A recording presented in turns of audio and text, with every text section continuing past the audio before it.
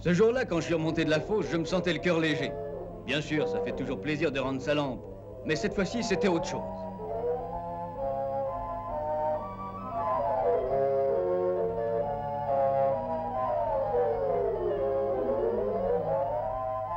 En allant au vestiaire, j'avais mon sourire des dimanches. Tenez, c'est moi qui suis là contre le mur. À me voir, on pourrait croire que je viens de gagner le gros lot. Eh dame, c'est qu'il m'en arrivait une bien bonne. Je partais en congé pour la Côte d'Azur. Oui, figurez-vous que je m'étais inscrit pour l'Anapoule, sans trop y croire. Et puis mon nom était sorti au tirage au sort. Tu te trouves pas encore assez noir, me disaient mes camarades, que tu vas te griller au soleil? Ils pouvaient toujours se moquer. N'empêche qu'ils auraient bien voulu être à ma place. C'était promis, je leur enverrai des cartes postales et je leur raconterai tout en revenant.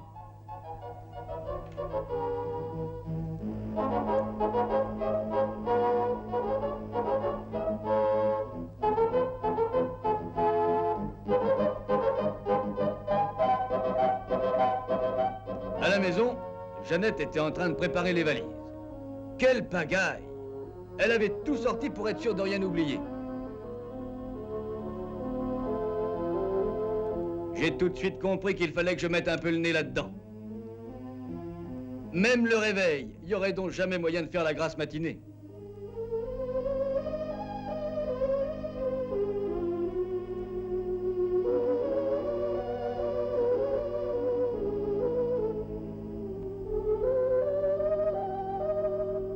Toute la nuit, je l'ai entendu raccommoder et farfouiller. Mais faut bien le dire, personne dans la maison n'avait très envie de dormir. Et le lendemain dimanche, à 1h de l'après-midi tapant, on bouclait la porte à double tour. Rien oublié, ni bagages, ni enfants. En route pour le soleil. Il n'y avait plus qu'à se laisser vivre.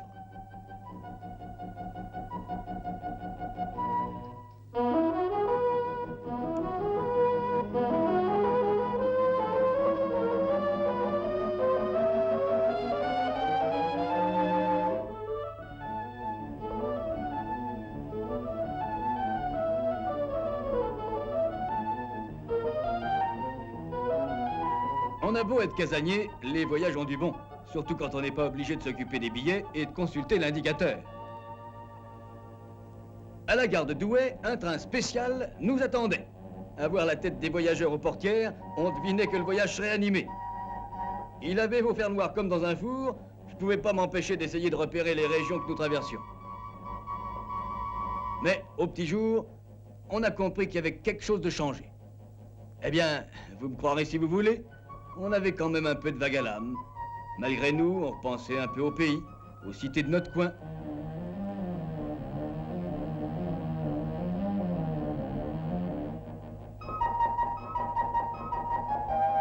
Aux camarades, aux habitudes du dimanche.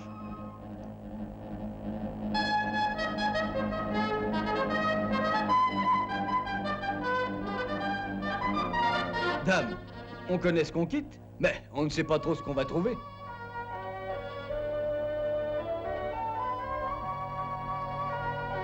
Et puis le décor qui se déroulait devant nos yeux a fini par nous accaparer. La Provence, ça vaut la peine d'être regardé.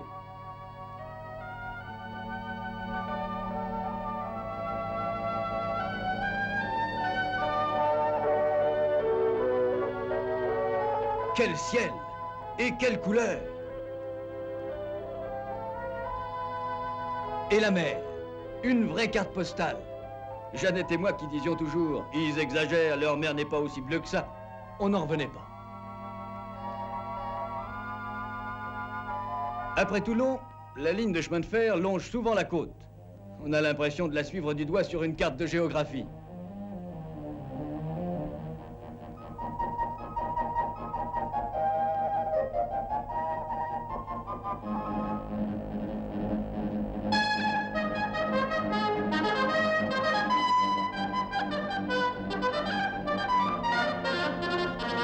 La Napoule, tout le monde descend.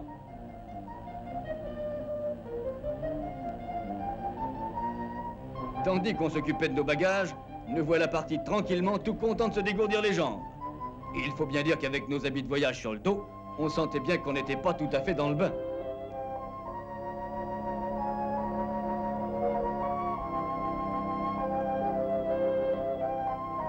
Et voilà notre fameux château d'Ashcroft, avec son parc qui n'en finit plus. C'est quand même un sacré morceau.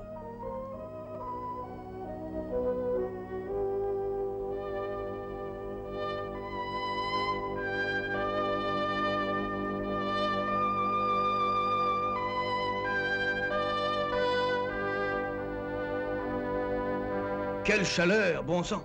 Moi j'étais en tête avec Albert, comme si ça pouvait servir à quelque chose d'arriver les premiers. On avait tombé la veste, et pour tout vous dire, on commençait à en avoir plein les bottes.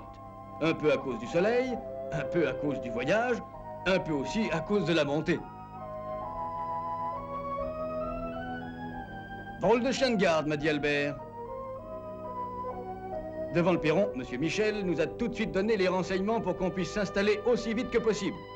D'ailleurs, le numéro de notre chambre et beaucoup d'autres indications nous avaient déjà été donnés pendant le voyage. Rien à dire, c'était comme dans un grand hôtel. Les servantes nous ont montré nos chambres. En 2 temps, 3 mouvements, nous étions tous casés. En partant, il y avait une chose qui m'obsédait. C'était la question des repas. 400 bouches à nourrir, ça doit pas être une sinécure. Ça aussi, ça marchait comme sur des roulettes. L'économe avait une tête qui me revenait bien. Et sa réserve inspirait plutôt confiance.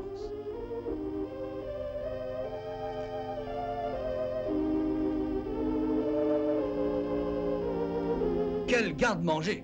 Ma parole, de quoi nourrir tout un régiment. Toujours un peu fouineur, je me suis même arrangé pour faire un tour aux cuisines.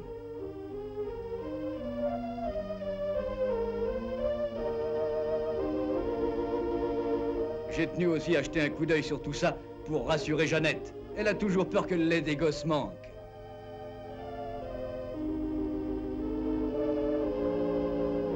Chacun son petit lait, pas vrai?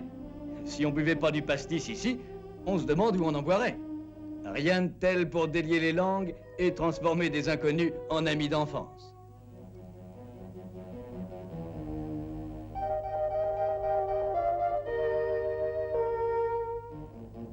Pendant ce temps, le chef s'occupait activement de notre appétit.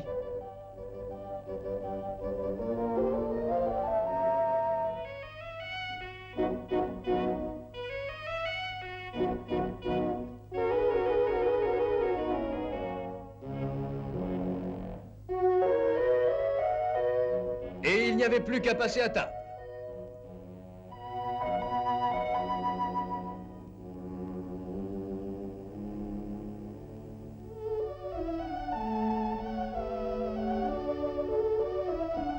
On mangeait tranquillement par petites tables, comme au restaurant, avec une armée de serveuses toutes pimpantes dans leurs robes vertes. Inutile de dire qu'aux heures des repas, la salle à manger se remplissait comme par enchantement. Ah, ça, personne ne manquait à l'appel. Pas plus chez les grands que chez les petits. Et je vous assure qu'il n'y avait pas besoin de supplier les gosses pour leur faire avaler la soupe. Ça doit être l'air de la mer qui creuse comme ça, parce qu'ils ne s'ouvraient tout de même pas l'appétit avec le pastis.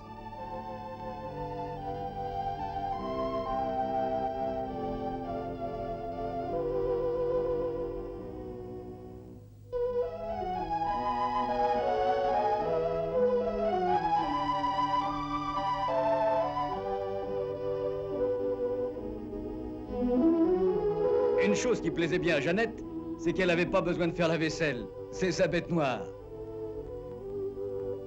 Les bonnes habitudes, ça se prend vite. Au gros de la chaleur, nous allions faire la sieste. C'est l'habitude dans ce pays. Remarquez qu'avec ces sacrés gosses, on ne dormait pas beaucoup. Après dîner, on restait souvent au château, sans beaucoup se préoccuper de ce qui se passait en dehors du cercle des camarades. Ah, on peut dire qu'on a fait de drôles de parties de cartes.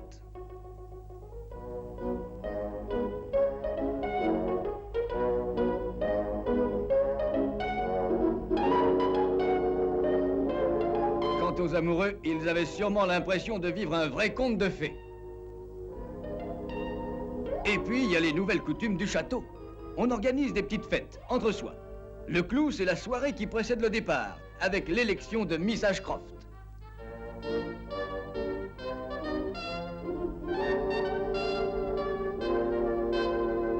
Il fallait voir le sérieux des concurrentes. Quand elles défilaient, on pouvait croire qu'elles étaient candidates au titre de Miss Univers, pas moins.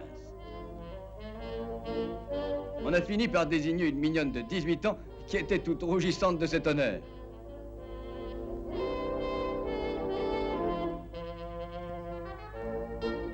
Elle a reçu des tas de cadeaux, plus ou moins cocasses. Et bien entendu, Monsieur Michel n'a pas manqué d'appliquer le fameux article 12.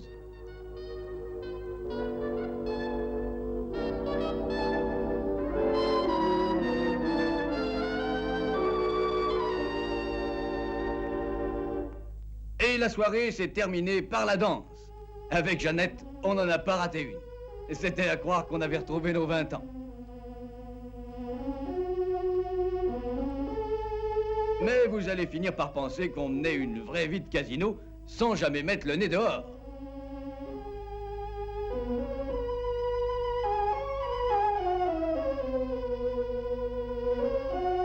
Et la pétanque, alors?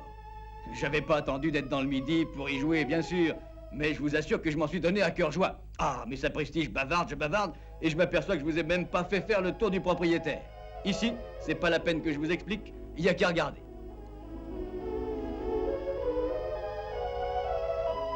Moi, je pouvais pas m'empêcher de questionner le jardinier, un brave homme et qui connaît son travail.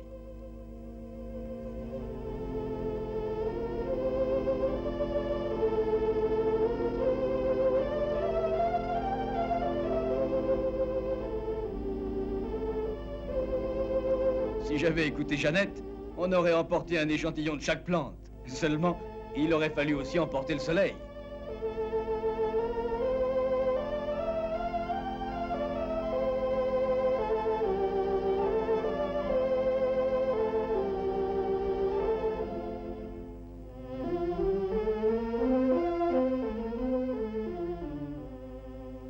C'est quand même un joli métier que de fabriquer du plaisir pour les yeux.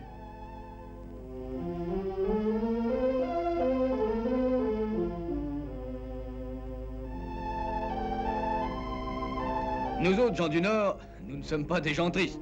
Mais de toute façon, il aurait fallu avoir une sacrée dose de cafard pour arriver à broyer du noir au milieu de tout ça. En a-t-on fait des promenades dans ce parc? Jeannette, qui est un peu artiste au fond, prétendait que toutes ces couleurs changeaient d'heure en heure. Moi, je veux bien, mais il faut tout de même pas trop compliquer les choses.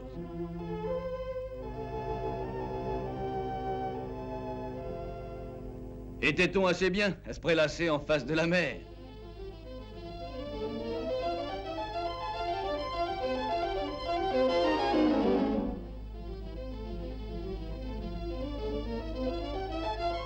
Ah, et puis on se baignait, bien sûr. On était quand même venus un peu pour ça. Là, je dois dire que je sais pas qui étaient les plus heureux, des gosses ou des parents.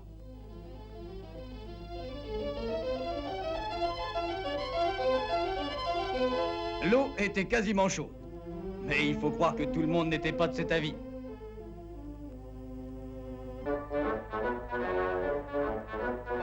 C'est drôle. Dès que vous mettez ensemble des gens soi-disant sérieux qui n'ont rien à faire, ils redeviennent aussitôt de vrais gamins qui chahutent comme à l'école. Vous pensez, comme la plage appartient au château, on n'avait pas besoin de se gêner.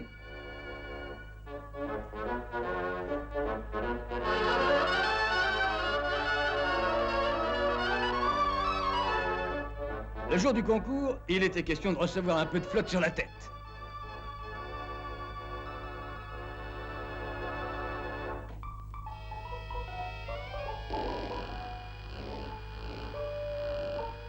Regardez-moi ça. Pour une malheureuse petite pieuvre qu'il avait sortie, il a fallu que tout le monde s'en aperçoive.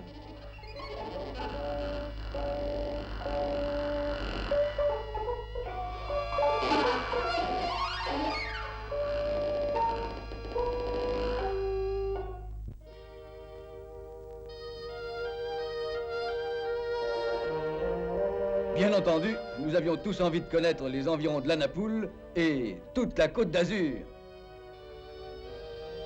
C'est pas difficile. Il y a dans le château même un bureau de renseignement genre syndicat d'initiative qui vous indique toutes les excursions intéressantes. Le choix ne manque pas. Valberg, Nice, Grasse, Menton, San Remo, Valoris. Une occasion unique de visiter ces coins célèbres dont on parle toujours comme d'une succursale du paradis terrestre. Et on pouvait partir tranquille. On laissait les petits à la garderie d'enfants Ils étaient en bonne main et s'amusaient peut-être mieux qu'avec nous.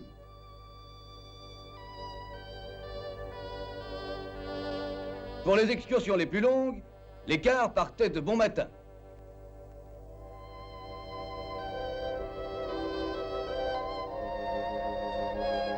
On venait à peine de quitter la mer qu'on se trouvait déjà en pleine montagne.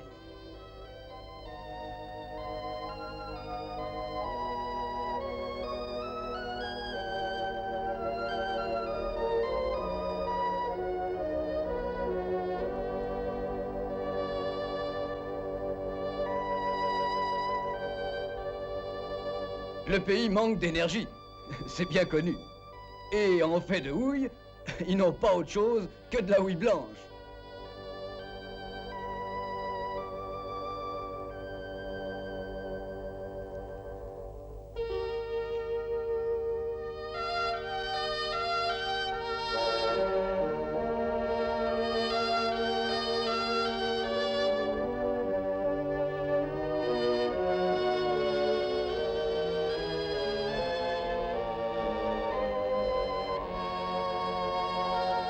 Oh, les usines sont rares par ici. On a un peu l'impression que la région vit de ses charmes, comme d'autres vivent de leur travail.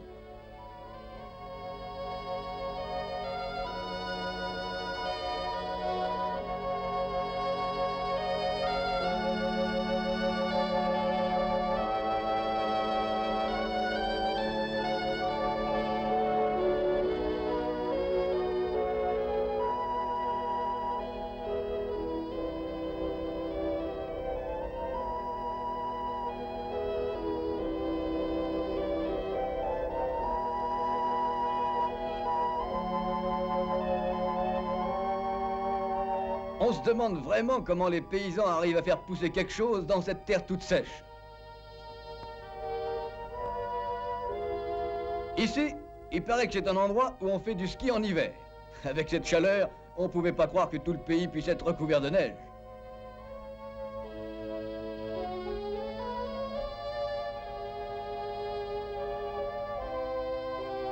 Ce jour-là, en revenant, on s'était arrêté à Cannes, histoire de jeter un coup d'œil sur les voiliers, dont certains sont de véritables hôtels flottants.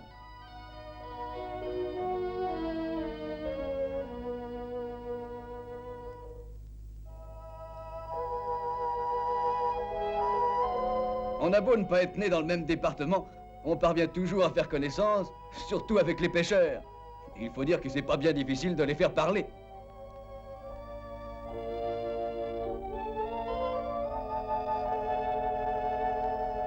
Mais là, si vous voulez prendre un bain, il faut arriver plus tôt. Il y a tellement de monde sur le grill qu'il n'est pas donné à n'importe qui de faire sa place au soleil. Et le plus fort, c'est que ça a l'air de les amuser.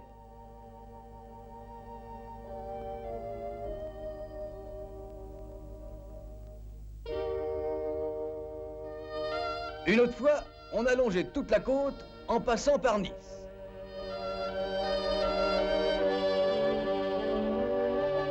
Oh, je me rappelle cet endroit. On en avait tous le souffle coupé tellement c'était beau.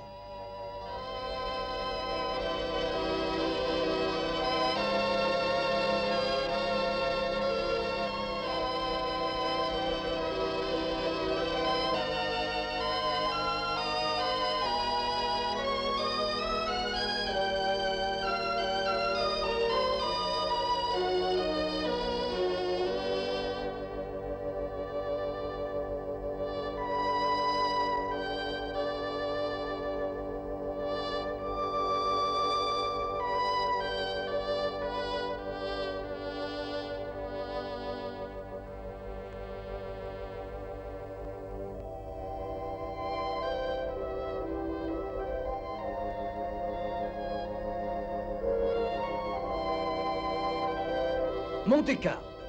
J'aurais vraiment jamais cru que j'irais me balader un jour dans ce coin-là. Drôle de pays. Il n'y a que des palaces, des bijoutiers et des casinos.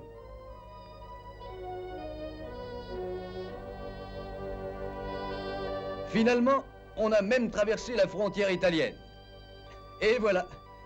Voilà la petite vie qu'on s'est offerte pendant 2 semaines. Un conseil.